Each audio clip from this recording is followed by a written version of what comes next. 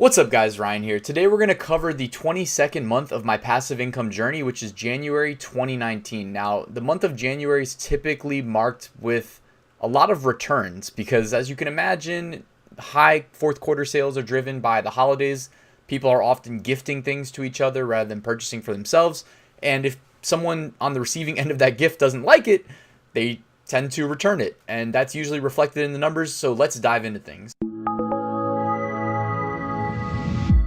All right, so with Amazon FBA, I did 3,278 sales, generating $55,547 of revenue, of which I kept $5,560.52 as profit for about a 9% profit margin, close to 10%. So that being the first month of the year, my profit to date in 2019 was $5,560.52 generated by Amazon FBA. The real story here was that my best-selling SKU ended up accounting for the vast majority of that number. Let me check real quick. My best-selling SKU accounted for over $4,000 of that profit. I then had a couple other SKUs. I had one other SKU that did $1,400 and a couple other ones that were varying between $600 and $100 some dollars of profit. After that, I did have some products in the negative because, as I kind of mentioned in my previous income reports, I had overstocked some inventory heading into the holidays and got hit really hard by inventory fees. And now that it's a new year, I'm looking to, plan out what I'm going to do this year. I'm going to cut loose some of the less profitable or, SKUs that are in the red and look to find new products to launch and potentially new brands, while also at the same time obviously expanding my print on demand offerings. But nothing crazy happened in January. I'm not really as affected by returns because most of my products are just evergreen type products, a lot of products that businesses use as well. If you've been paying attention to my videos, I prefer chasing those types of products more than I prefer trending products and seasonal products, just because there's more consistency to evergreen is really the word, products that don't suffer from seasonality. So I was good on the Amazon FBA front. All right, so Amazon merch, I did 246 sales, generating $5,251 in revenue, and I kept $948.69 of that as royalties. My average royalty was $3.85, and the big story for Amazon merch in January was the returns. This is absolutely absurd. I had 43 returns, and no, that doesn't mean 43 returns on my January sales. It was 43 returns on my December sales primarily, which I know you can expect that there's going to be some returns, but man, that just seems really high. And it's not like I'm some design thief. Like, I'm putting up quality designs in high resolution. It's not like they're poor quality and anything like that, but it really just goes to show how I always kind of say this. Like, I'm not someone who shops a lot on Amazon. I think Amazon customers feel really entitled to return anything that they aren't in love with. And I guess you can't complain because that's what makes Amazon's marketplace such a great opportunity to make money on from the seller perspective. So it is what it is. But yeah, 43 returns was crazy. And there was a lot of people on the Amazon merch, subreddit and Facebook groups asking why they were paid out only a fraction of their December royalty. And people were really in arms. They were really worried, like, what's going on here? But Amazon very smartly kept a lot of the December royalties and opted to pay them out later because they anticipated there was going to be a lot of returns in January. So can't be mad at Amazon because they got that one right. Also, you can be mad at Amazon for something else. They actually, for the second January in a row, meaning January 2018 they did this, now January 2019 they did it again. They changed the royalty structure to their designers, and now if you sell a shirt at $19.99, which is my favorite price point, instead of making $5.38, you make $5.23. And it wasn't just flat rate like that. I believe they've changed it per product, but standard t-shirts and $19.99 are pretty much my most commonly listed product. And I am, for the record, going to start experimenting with lower prices, higher volume. Now that I have the Merch Titans automation tool, so I can automate my uploads, I can play around more because I didn't like to dedicate too much time to like just Amazon merch when I'm running other businesses. But now I can have more flexibility because of the automation aspect. So if you guys aren't familiar with Merch Titans automation, check that out.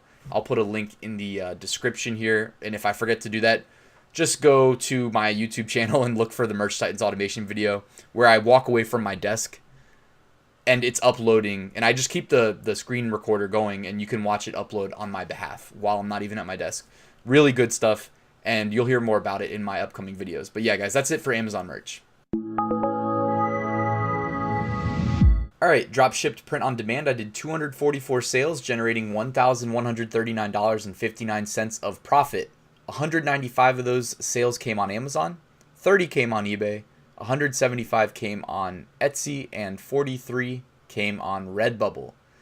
So there was not a lot of things that changed with print on demand. I keep in touch with a lot of communities and a lot of people that I consider my students with print on demand, and they were really struggling to get sales in January. So I guess I was fortunate to get 244 of them.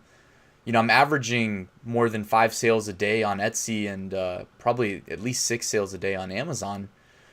So, you know, it can definitely be done. It's not like a high point season. You know, January is definitely slower than most months because most people are spending, as we just talked about, are spending more time returning things from Christmas than they are looking to buy new stuff, especially new like shirts and hats and mugs, which are the 3 primary things that I sell. One thing to note on Redbubble, one of my students recommended that I increase my price on stickers. He said that he had been charging 125 to 150% profit margin and said he didn't notice any difference. So I went ahead and did that, and I pretty much said, okay, this does work, doesn't it? So up your profit margins on Redbubble stickers if you're selling a good number of them, because apparently it does work. I haven't noticed a difference at all, and I'm selling at a much larger profit cut now.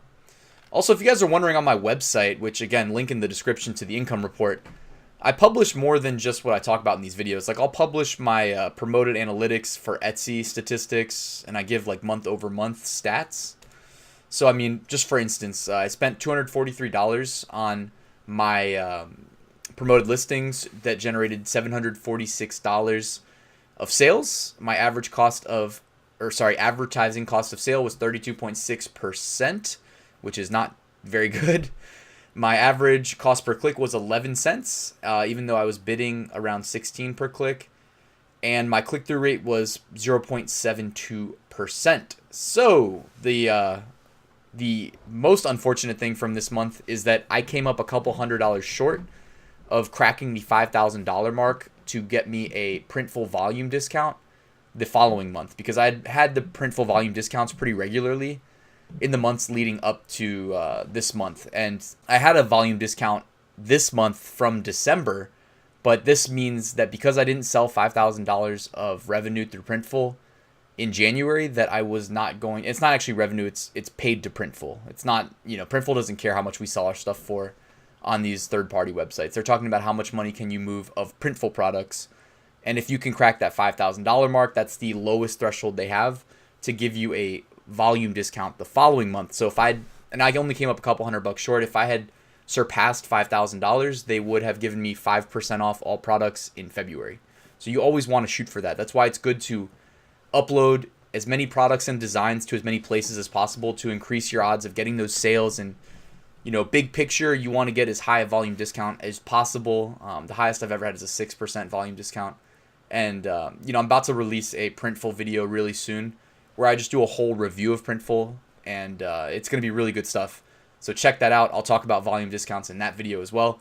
But ultimately, dropship print on demand came in over $1,000 of profit, which is great for a month that's typically slow. All right, guys, and then bringing it all together, again, January 2019 is the 22nd month of my passive income journey. I generated $5,560.52 of profit from Amazon FBA sales, $948.69 of Amazon merch royalties, even though, again, I had over 40 returns that were deducted from my January numbers that really were associated with my December numbers. But anyways, dropship print on demand, $1,139.59 of profit, and Google Ads brought in $171.34.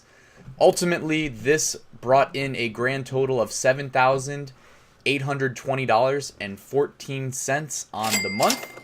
It's not as good as the fourth quarter numbers from the previous months, but you know what?